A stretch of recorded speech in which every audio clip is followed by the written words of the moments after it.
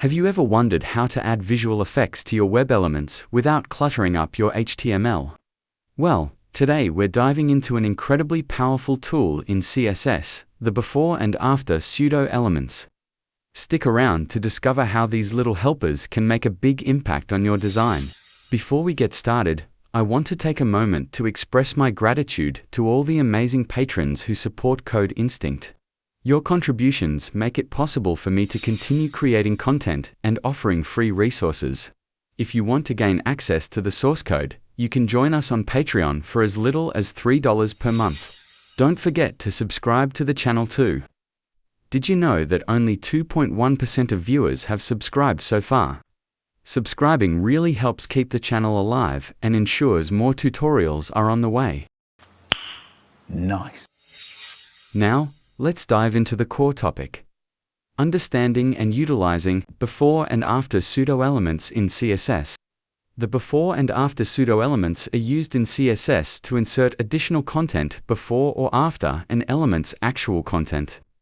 These pseudo-elements do not exist in the DOM but are generated by CSS, making them ideal for decorative and functional enhancements. For example, if we want to add an icon before a text or underline a heading dynamically, we can do so without adding extra div or span elements. This keeps our HTML clean and improves maintainability. For this tutorial, I will create an example of applying the before and after pseudo-elements to add to lines above and below the text when the cursor hovers over it, as seen in this video. Now, let's take a look at the HTML part of our example.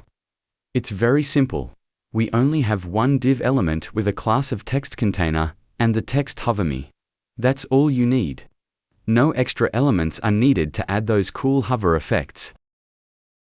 We begin by setting a universal rule using the universal selector to remove any default margin and padding on all elements and apply box sizing, border box, which ensures that padding and borders are included in the element's total width and height.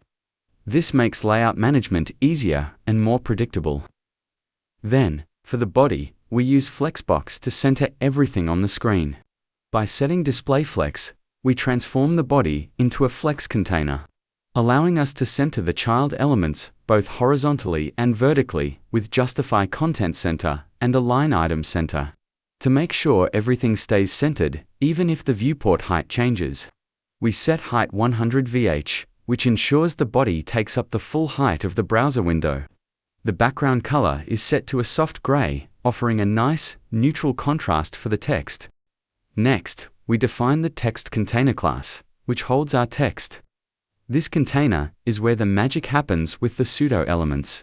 We set position relative to ensure that the before and after pseudo-elements can be positioned relative to it. The text inside is styled with a font size of 24 pixel and font weight bold to make it prominent and easy to read. We add some padding with padding, 10 pixel, 20 pixel, to give the text space to breathe. Finally, we use cursor pointer to change the cursor to a hand when hovering, signaling that the text is interactive. Now, let's dive into the main part, the before and after pseudo-elements. These are used to insert content before or after the text, but, in our case, we are using them to create lines that appear when the user hovers over the text container. The properties content empty, position absolute, and left 0 are essential for making these pseudo-elements work. By setting content to an empty string, we create the pseudo-elements without adding extra HTML elements. The position absolute makes these lines sit directly inside the text container, and left 0 ensures they are aligned to the left side of the container. We give them a width 100% so they span the entire width of the container and a height for pixel to make them thin lines. Initially, the lines are not hidden yet by using Transform Scale x1. We will set it to 0 later on to make lines disappeared. To make the transition smooth, we use Transition Transform 0.3 seconds ease in out, which creates a nice animation effect when the lines appear. For the before and after pseudo-elements, we set them to different colors. The after element is placed above the text by setting top -10 pixel, and given a red color with background color red.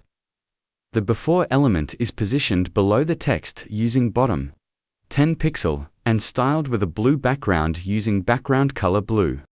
A new question comes to mind. How can we apply hover effects to the before and after pseudo elements? Don't worry, I'll explain that in this tutorial too. Now, let's apply the hover effect to the pseudo elements. The red and blue lines on the text are still visible.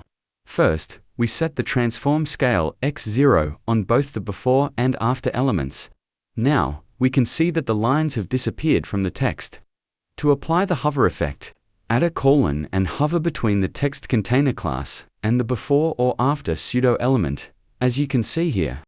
Finally, the hover effect is added. When the user hovers over the text container, we use transform scale x1 on both the before and after pseudo elements, which scales them from 0 to their full width, revealing the lines. This creates the smooth, eye-catching hover effect that adds depth to the design. Now you can see both the red and blue lines appear when the cursor is over the text. And that's a wrap. Now you know how to use before and after pseudo elements to create engaging hover effects and improve the design of your websites. If you found this tutorial helpful, don't forget to give it a thumbs up and hit that subscribe button. If you have any questions, feel free to drop them in the comments below. I'd love to hear from you. Thanks for watching, and I'll see you in the next video.